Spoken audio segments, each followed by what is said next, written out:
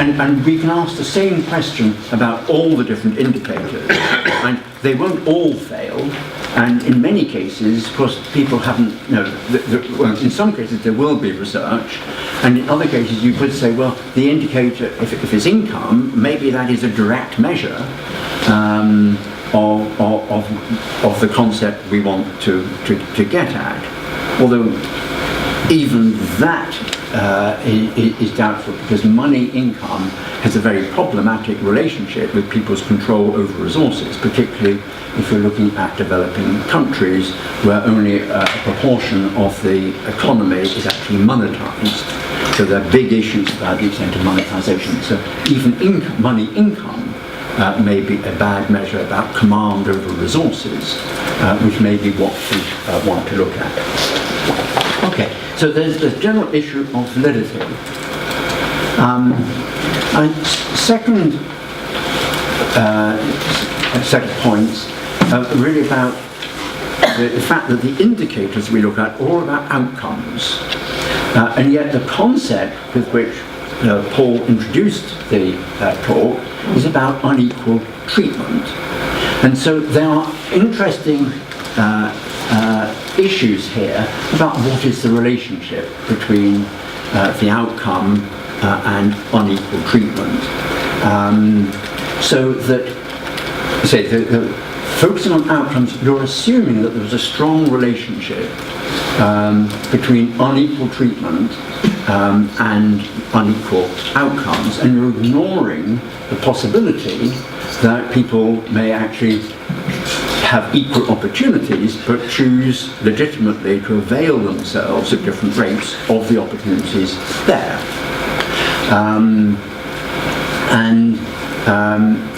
This comes up in the study of ethnic inequality, where there's big arguments about the extent to which some minorities prefer to stay in concentrated neighbourhood areas and not move out.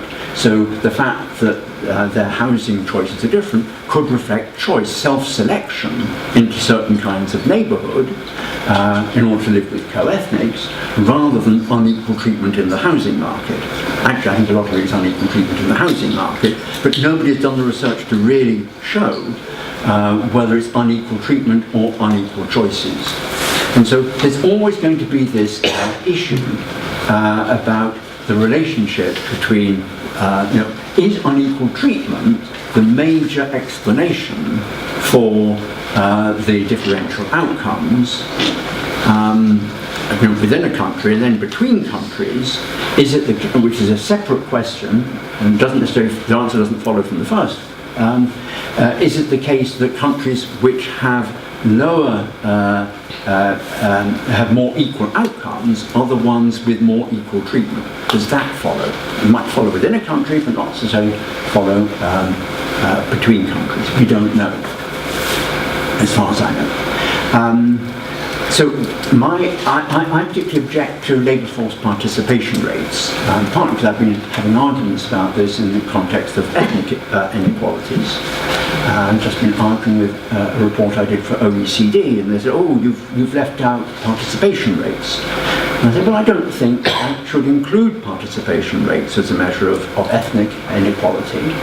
But either there is a normative judgment that says that women should work as much as men, which I think is, it is a normative judgment, and we may want to make normative judgments, but at least we should be clear that we are making normative judgments. Or are we making a normative judgment that men should take an equal share in childcare? Again, we could have a legitimate discussion about that. Or is there a kind of almost Marxist idea of false consciousness that, which I see in discussions of sort of, we've had similar debates in issues about class inequality, in Britain. And it said, oh, working class kids don't pursue education as much as middle class kids because they don't like education, they don't, they would rather get out of school and do other kinds of things. And they say, and some sociologists would say, oh well, that's because they are within a discourse that is a kind of itself a sense of oppression. So again, I think you need to think, well, why are we assuming that why are we taking unequal outcomes so seriously? What kind are we smuggling in normative judgments, or are we smuggling in a sense ideological judgments that any inequality must in some sense or another have be a consequence of barriers? It's a bit like Stephen Lukes's three concepts of power. And his third conception of power is really about the impact of ideological belief systems, which is a bit the same as this idea of false consciousness. So it's not at all clear to me then that participation rates should be included, because a low participation rate may, on some views, be regarded as legitimate choices by people who would actually, because of their religion, for example, prefer to stay with their children. So I never include it when I'm looking at ethnic inequalities as a measure of unequal treatment.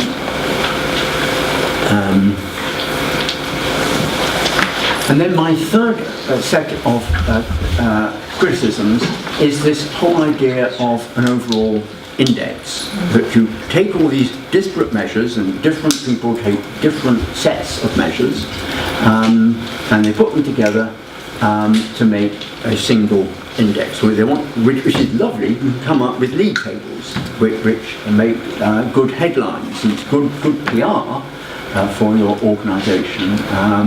Say, oh gosh, Britain has slipped down, or Norway is knocked Iceland off the top spot. So it makes good media stories, but why are we doing it apart from media stories?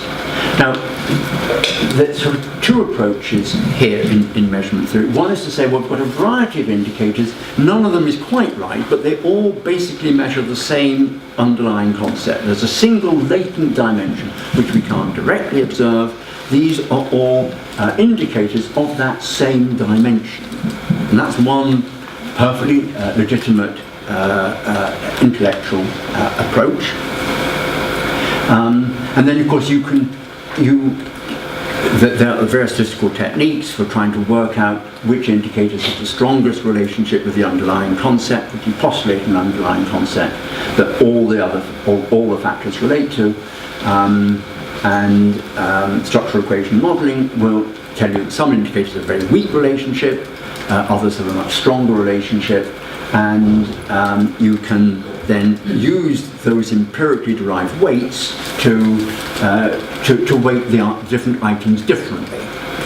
So something like percentage of women in the legislature, you might then downweight because it's got a rather weak relationship with the overall latent dimension, and so on, which is not actually what any of these bodies do. But in theory, that would be one version following classical measurement theory. Or, like the UNDP's Human Development Index, which I mentioned earlier, the idea wasn't that there was just a single dimension, but that you do want to have a composite index that goes beyond just GDP and looks at other important aspects of life. And in fact, you choose aspects of life that are really rather different in order to get a better composite index. So it's a broader ranging idea. So the idea is that actually the real world is multidimensional. There are different dimensions which are only weakly correlated, and therefore you need to have measures from the different dimensions in order to get an overall picture of gender inequality, because there is no single dimension. In some work I was doing recently, I found that in the case of Japan comes out extremely well on lots of measures of gender equality, but terribly badly on women's employment and with women's earnings. So that's an example where, although in terms of HDI and Sawyer, Japan is right up at the top, even on the gender HDI, but then on one particular dimension, Japan scores very badly. So this is an alternative view, which I think is the implicit view in some of these indices, that actually the real world is multi-dimensional. It can't all be reduced really to a single dimension. My view is if that is your belief, then you shouldn't actually be trying to produce single measures anyway. But then but I can see the advantage of UNDP's HDI. If you want to, you've got an agenda to make people look more broadly at development than just at economic growth. But the issue then is how do you weight the different dimensions if it is a multidimensional world that you're trying to reflect. And typically it will be based on the elite normative judgments by the people who sit in the World Economic Forum offices and so on. You could actually ask ordinary people what they think is important to them. This is what the OECD have done in their Better Life Index. So they produce an overall index and they weight it according to what people say is most important to them, which assumes that people, it has a face validity,